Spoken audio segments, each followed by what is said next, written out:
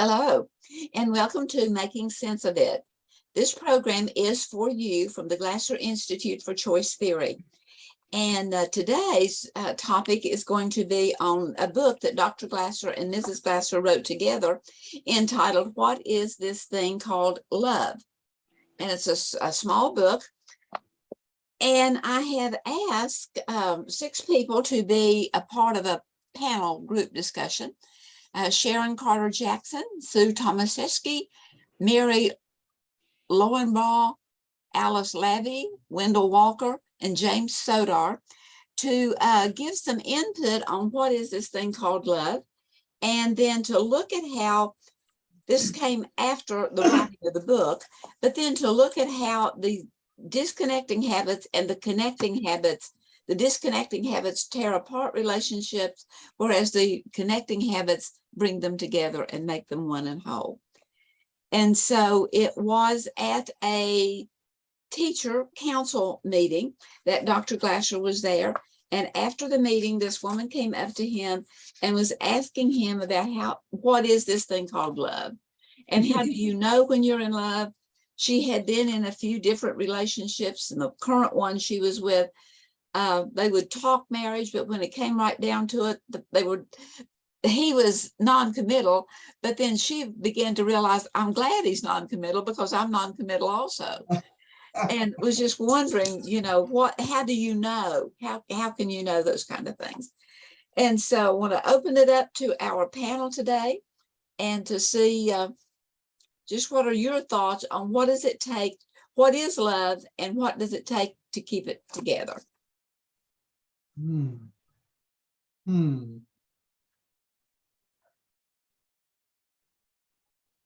Don't be shy. I've been looking at this book, Staying Together, and getting, where you do the need assessment.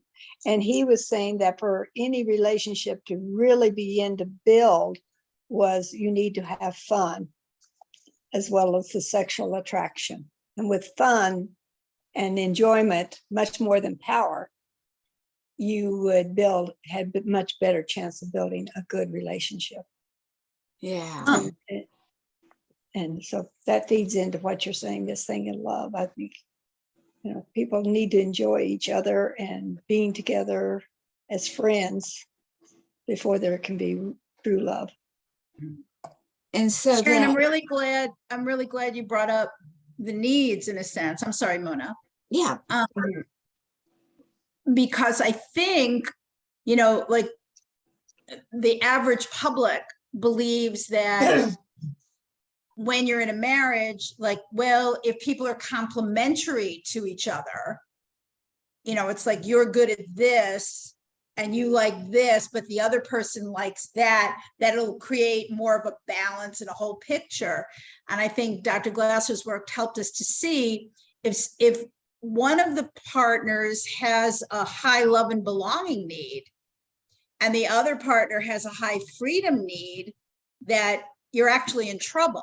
The relationship is actually in trouble, and it isn't a balance, that it's actually conflicting with each other and conflicting with each other's needs. So I think that was really very, very helpful for people to see that it's that high love and belonging people fit together better, high freedom people fit together better. If one partner has a high power need and the other one has a high fun need, it may conflict, so there is something about the needs being not equal necessarily, but at least close to each other. So I don't know if that's helpful or not, but I know that always helped me. It really is. As a matter of fact, in the very beginning, whenever they're parceling out the fact of they're doing the research and working with us ladies to finding out what is love anyway, he said that he realized that although people think they know what love is, including himself, he didn't know what love was. And I thought that was, he says, I'm an expert on counseling, but I don't see myself as being an expert on love. And then one of his initial thoughts was for her to read Choice Theory, which, is so simple and easy, and it kind of has the light bulb go off in your mind. You say, oh, why didn't I realize that before? And then he said that he hopes to teach people how to live more effectively with the reality in which they are currently living, which has a tendency to go kind of hand in hand with what you were just talking about, that the more you're alike, it seems like you would be more compatible, but sometimes it becomes more diverse. You know, and I think it's very, very difficult, but I think two people, if they really want the relationship, can learn to balance the one's need for love and belonging and the other's needs for freedom. It would take a lot of talking and a lot of negotiating, but if there's love there, it can be done, I believe. Not easily, but it can be done. Yeah, yeah. They're trying to understand where the other's coming from, even though it's there is a disparity there. Right, right. Well, one might almost think that if one person's love and belonging need is high enough, that they'll give in to the freedom person, you know, that anything to be that love and belonging, that they'll just, you know, they'll just in a sense let things go. And I think you're right, Sharon, but I think it's also an issue of how hard does one want to work, you know, and people will say, well, marriage is always hard work. Well, there is a point where, okay, this is a job I'm not liking anymore. You know, this is a job that just isn't paying enough. Like, what the heck, you know? But I think what was also interesting, and I'm remembering when Dr. Glasser married Carleen at the conference in Philadelphia, right? And I'm not sure if it was there or if it was before that or if it was in the Staying Together book. I'm not really sure where I'm remembering it from. But the idea that when he was ready to marry after Naomi had passed, that the idea was that he had to marry somebody, had to be with somebody who was part of choice theory. You know, who knew and understand that it wasn't a time for him to teach somebody choice theory. You know, so it's almost an issue of, I'm not even going to try and fall in love with somebody who doesn't know this. Like, somebody's got to not just know it, understand it, be part of it. So I think it was an issue, and I don't remember how we said it exactly, but it was almost like, well, the party became smaller. Like, you know, who was he going to date? And it was going to be women who were instructors and at a higher level of, you know, you're just going to go, well, okay, that makes sense. So looking at the filters, it kind of looks like we're going at that valuing filter to determine your values before you set out with on the journey. Right. So the disconnecting habits that contribute to, I'll just say them, and then as you think of it, come in and criticizing, blaming. Anyone want to talk about that? Blaming, complaining. Are you asking in relation to the book and the concept of love? I'm asking, how does that? Well, I think that any of those disconnecting habits are going to wreak havoc with anybody's attempt to build a relationship, a loving relationship. I just, the overpowering comment that I remember from the books are, you know, what is a person willing to do to have this relationship or to maintain this relationship or develop the relationship? So in essence, I took away that people could be, you know, one person could have a very strong power need and the other person have a very strong fun need and not such a high power need. Or if two people with very high power needs might clash, it was literally what they would do to what they were willing to do to have that relationship, where they're willing to give into the power need of the other person from time to time, and vice versa. But I also have a little bit different definition of love that I use within my counseling. And that is, and it came from M. Scott Peck many years ago. Road Less Traveled, and Beyond the Road Less Traveled, all that stuff. So that definition was the desire to extend yourself for one's own or another's spiritual growth. Mm. And And- whenever I was going in for certification, I talked with Dr. Glasser about the fact that I thought there should be another need that we as humans have, and that came under the spiritual need. And he was gracious and very understanding. And he said, from his point of view, it fit under love and belonging. Mhm. And that it was the maximum and it was the depth.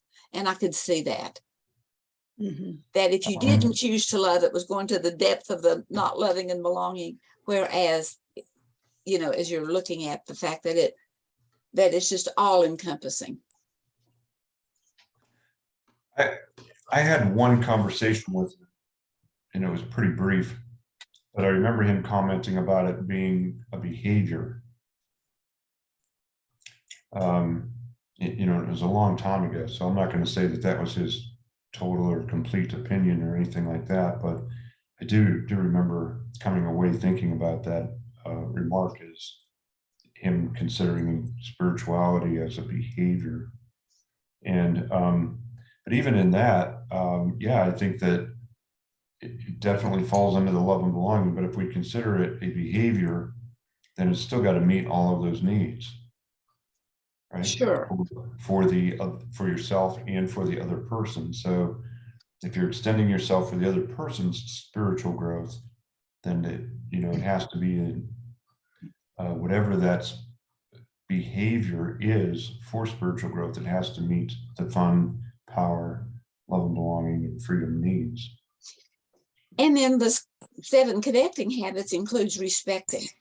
And of course, that certainly comes under that, that respecting, regardless of whether one is more agnostic or whether they are much more spiritual. It comes under that connecting of respecting where they are at that particular time in life.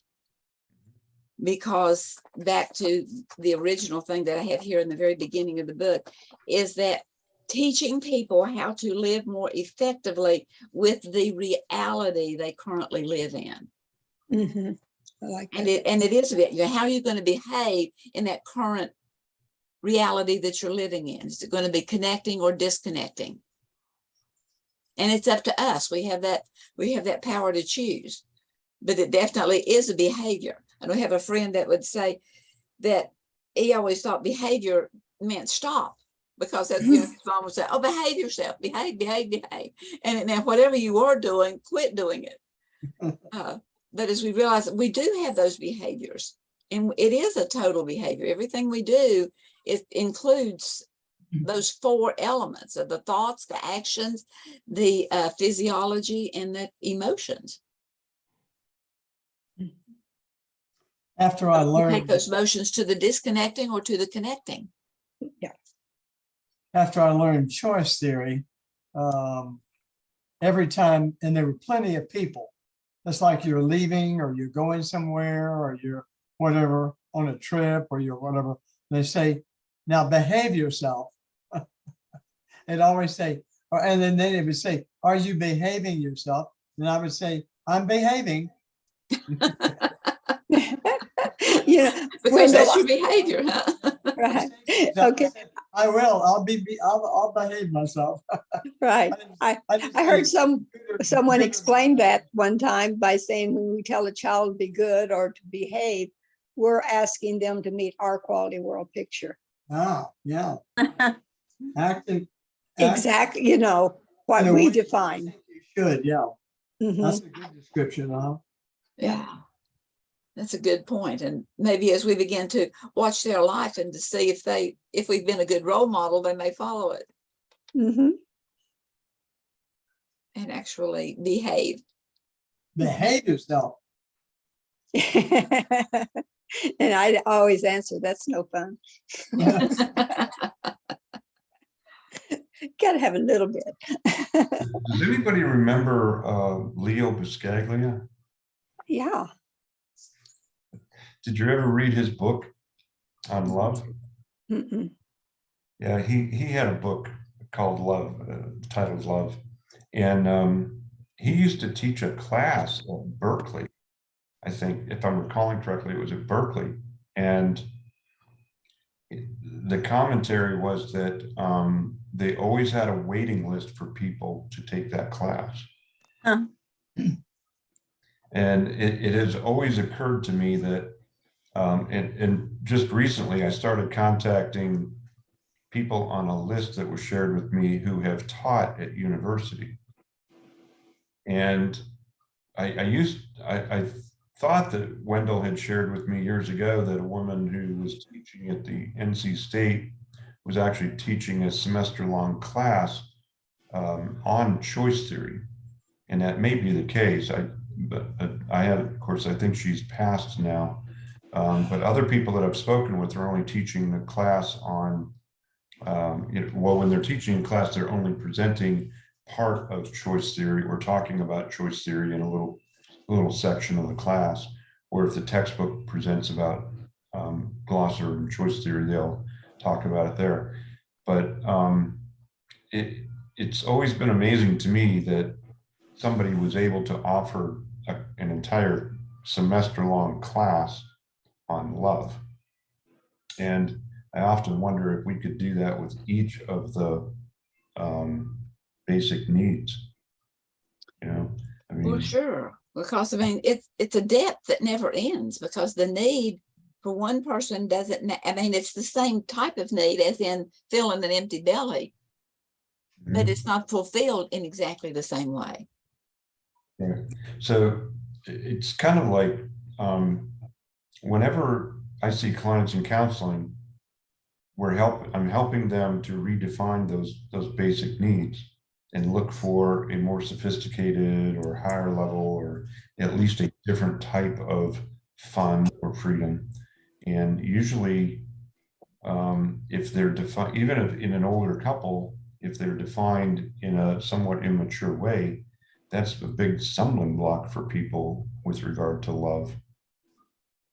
And I think that comes out, a little bit of that essence comes out in the books, in that you know, people have to consider these needs as opposed to just having learned them or just kind of going at them in a whim. Most people don't, well, I don't know that I've ever seen a person in counseling who has actually thought about those basic needs very much. Does that make sense? Yeah. Mm-hmm. And so, you know, their concept of love is just not well developed. Mm-hmm. But the And books, again, I fall back on that statement that Glasser made: what is a person willing to do?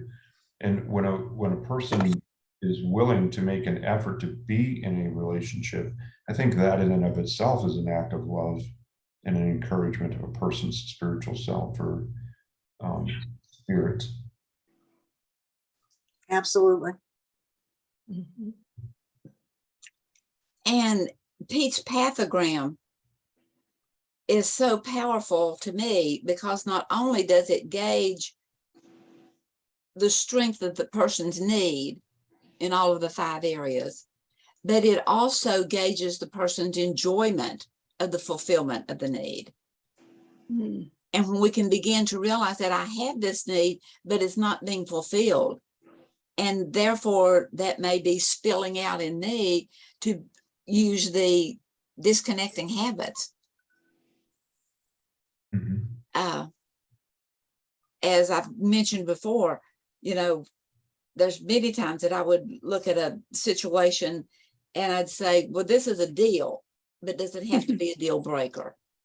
And sometimes if we can begin to realize that, those kind of things, that we can begin to back away and say, you know what, each person is their own individual self. And so as we're getting to the end here, this is the end, and this is the lady that he was talking with. Her name was Rick. Her husband's name was Rick. I don't know what her name was, but anyway, she is the one. She said that how that they would begin to not only tell each other, I love you, but they would say, I commit to you. I Oh. commit to you. I commit to you. And so that was the defining thing for them. And this is in her words. She said, it's simple. Getting married doesn't mean becoming one person. We will always be two separate people who want different things, or want each other to act a certain way or do a certain thing to fit our own needs or desires. You don't stop wanting your own way just because you get married. But if you're both committed to the marriage, you solve the problems of wanting your own way by accepting that can never be my marriage or his marriage, but it is always our marriage. And as we can, and then we can look at it that as being our family and so forth. And Dr. Glasser really wholeheartedly agreed with her on that. And so it is coming to the fact that when you make a commitment, that commitment, how are you going to follow through on it? And definitely using the connecting habits will help much better than the disconnecting habits. While it's also realizing that sometimes it is critical that you point out a flaw so that it can be worked on to some degree or another. Because when do you want to know that the boat won't float? When it's in the dry dock or when you're out in the middle of the ocean? And so it's beginning to see those things and working together. And we have a commitment to each other, even to, to try to see where you're coming from. Because when I can begin to see that there's some rationality behind it, then it may be more easier to, to live with and to agree to. So thank you for being here. We're going to close the recording out and then we can still have more discussion. All right.